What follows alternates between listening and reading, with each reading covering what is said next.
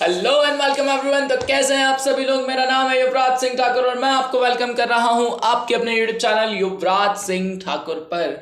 आप सभी लोगों के लिए मैं आज एक बम्पर गवर्नमेंट जॉब वैकेंसी के बारे में अपडेट लेकर के आया हूं, जिसके ऑनलाइन फॉर्म जो है वो ऑलरेडी स्टार्ट हो चुके हैं और 16 फरवरी तक इसके ऑनलाइन फॉर्म जो हैं वो डलने वाले हैं।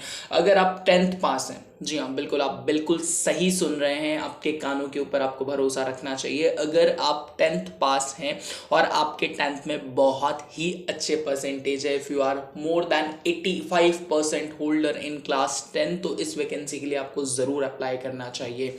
सबसे अच्छी बात एक आपको बताऊं इस वैकेंसी के बारे में, इस वैकेंसी में कोई भी एग्ज़ाम नहीं होगा। जी हाँ बिल्कुल, there is no exam in this vacancy. सिर्फ 10th के मार्क्स के बेसिस के ऊपर आप लोगों को डायरेक्टली जो है एक गवर्नमेंट जॉब जो है वो मिलेगी और ये वैकेंसी डायरेक्टली निकल करके आ रही है इंडियन पोस्ट की तरफ से। GDS भर्ती के नाम से जिसे ना जाना जाता है, ग्रामीण डाक सेवक की ये भर्ती है।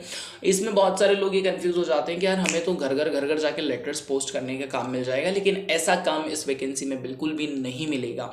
आपको जो काम है वो बिल्कुल सिस्टमैटिक ऑफिस के अंदर का मिलेगा। 3 अलग अलग पोस्ट में जो है वो डिवाइड किया हुआ है GDS की पोस्ट को। उस हिसाब से आगे फर्दर इस वीडियो में हम लोग उसके बारे में डिटेल में भी बात करेंगे। बाकी जैसा कि क्वालिफिकेशन मैंने आप लोगों को बता दिया है ऑलरेडी कि क्वालिफिकेशन के नाम पर आप लोगों को सिर्फ क्लास 10th जो है वो पास होना चाहिए। एक अच्छे खासे परसेंटेज से अगर आपका क्लास 10th पास है तो आप इस वैकेंसी के लिए बिल्कुल अप्लाई कर सकते हैं। और एक अच्छे खासे परसेंटेज से क्लास 10th पास होने से ये बेनिफिट होगा कि आपका जितना हाई परसेंटेज होगा उस हिसाब से जो है वो मेरिट लिस्ट निकलेगी। 16 फरवरी तक फॉर्म डलेंगे, 1 महीने के अंदर अंदर जो है वो मेरिट लिस्ट आ जाएगी और आप लोगों का जो है वो जॉब सिलेक्शन यहाँ पर हो जाएगा। इसमें 3 अलग अलग पोस्ट हैं, उन तीनों ही पोस्ट के लिए बिल्कुल क्लैरिकल नॉमिनिकल जो है वो रिक्वायरमेंट्स हैं। फर्स्ट ऑफ ऑल मैं आप लोगों को बता दूं कि आप लोगों के जो फॉर्म है वो अप्लाई ऑलरेडी स्टार्ट हो चुके हैं। अगर आप जनरल कैटेगरी से OBC कैटेगरी से हैं तो 100 रुपीज़ आप लोगों के लिए फॉर्म फीस रखी गई है। बाकी ST SC कैटेगरी और किसी भी आप डिसेबल्ड कैटेगरी से, मतलब डिफरेंटली एबल्ड कैटेगरी से या फीमेल कैटेगरी से, तो आप लोगों के लिए कोई भी फॉर्म फीस जो है इसके अंदर चार्ज नहीं की गई है। तो एक बार आप लोगों को कोई बहुत ज़्यादा फॉर्म फीस भी नहीं है, इस वैकेंसी के लिए अप्लाई ज़रूर करना चाहिए अगर आप लोगों का 10th में जो परसेंटेज है वो बहुत ज़्यादा अच्छा है तो शायद आप लोगों की जॉब लग जाए। जॉब लगने के बाद में आप लोगों को 3 अलग अलग पोस्ट पे काम करना होगा। असिस्टेंट ब्रांच मैनेजर और डाक सेवक की 3 अलग अलग पोस्ट्स हैं। उन तीनों के ऊपर अलग अलग कट ऑफ निकलेगी। फॉर्म अप्लाई करने का जो तरीका है वो ऐसा है कि आपको इंडिया के आप किसी भी स्टेट के किसी भी सर्कल में हो वहाँ से आप जो है वो फॉर्म अप्लाई कर सकते हैं। बस मस्ट कंडीशन ये है कि आप जिस भी सर्कल से अप्लाई कर रहे हैं, फॉर एग्जाम्पल आप मध्य प्रदेश सर्कल से अप्लाई कर रहे हैं तो आपको हिंदी लैंग्वेज आनी चाहिए। आप पंजाब सर्कल से अप्लाई कर रहे हैं तो आपको पंजाबी आनी चाहिए। गुजरात सर्कल से आप अगर अप्लाई कर रहे हैं तो आपको गुजराती भाषा आनी चाहिए, एक्सेट्रा एक्सेट्रा। ये डिटेल नोटिफिकेशन के अंदर पूरी तरह से लिखा हुआ है कि कौन से आपको सर्कल अप्लाई करेंगे तो आपको कौन सी लैंग्वेज का बेसिक नॉलेज होना चाहिए। कोई सर्टिफिकेट आपसे लैंग्वेज के लिए नहीं मांगा गया, लेकिन सीधी सी बात है आप पोस्ट ऑफिस में जब काम करेंगे तो आपको वहाँ लोगों से नॉर्मल कन्वर्सेशन करने का काम पड़ेगा, तो उन्हीं की भाषा में कन्वर्सेशन करेंगे। आप किसी और भाषा में तो कन्वर्सेशन नहीं कर पाएंगे।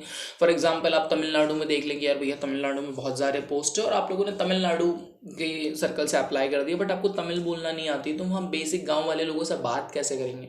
ज़रूरी थोड़ी उन लोगों को हिंदी बोलना आती हो। तो इसीलिए आपको बस इस चीज़ का विशेष ध्यान रखना है कि आप जिस भी सर्कल से अप्लाई कर रहे हैं उस सर्कल की लैंग्वेज बेसिक आपको आनी चाहिए। 10th आप पास होने चाहिए। आपको साइकिलिंग का थोड़ा सा नॉलेज होना चाहिए। अगर आपको साइकिल चलाना आती है तो आप इस वैकेंसी के लिए बाकायदा बहुत आसानी से जो है वो अप्लाई कर सकते हैं, कोई भी इशू नहीं है। इस वैकेंसी में मेनली आपको जो वर्क टाइमिंग है वो 1 दिन में 4 घंटे का काम है। उससे ज़्यादा अगर आप काम करेंगे तो आपका सैलरी फिर उस हिसाब से इंक्रीमेंट होगा। सैलरी जो स्टार्ट होती है वो 12,000 से स्टार्ट होती है।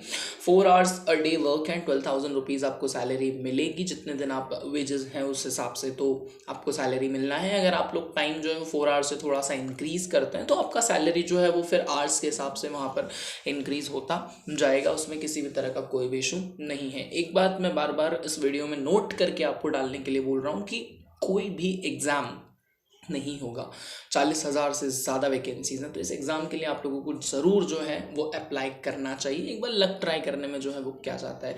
फर्दर इस वैकेंसी से रिलेटेड अगर आपको किसी भी तरह की और इन्फॉर्मेशन चाहिए या फिर आप चाहते हैं कि भैया इस तरह की गवर्नमेंट जॉब वैकेंसीज़ के आप लोगों को अपडेट्स मिलती रहें, तो वीडियो को लाइक कर दीजिए। कोई भी डाउट अगर आपको है तो कमेंट सेक्शन आप लोगों के लिए खुला हुआ है, वहाँ कमेंट करके आप मुझसे पूछ सकते हैं। और चैनल को सब्सक्राइब कर दीजिए ताकि मैं जितने भी प्राइवेट और गवर्नमेंट जॉब से रिलेटेड जो भी वैकेंसीज़ का अपडेट आएगा वो चैनल के ऊपर जैसे ही पोस्ट करूँगा तो आप लोगों को सबसे पहले जो है वो पता चल जाएगा। एग्ज़ाम के लिए फॉर्म अप्लाई कीजिए, रेस्ट एग्जाम्स के लिए पढ़िए और डिटेल इन्फॉर्मेशन के लिए बने रहिए आपके अपने यूट्यूब चैनल युवराज सिंह ठाकुर के साथ। और मुझे दीजिए इजाज़त। जय हिंद।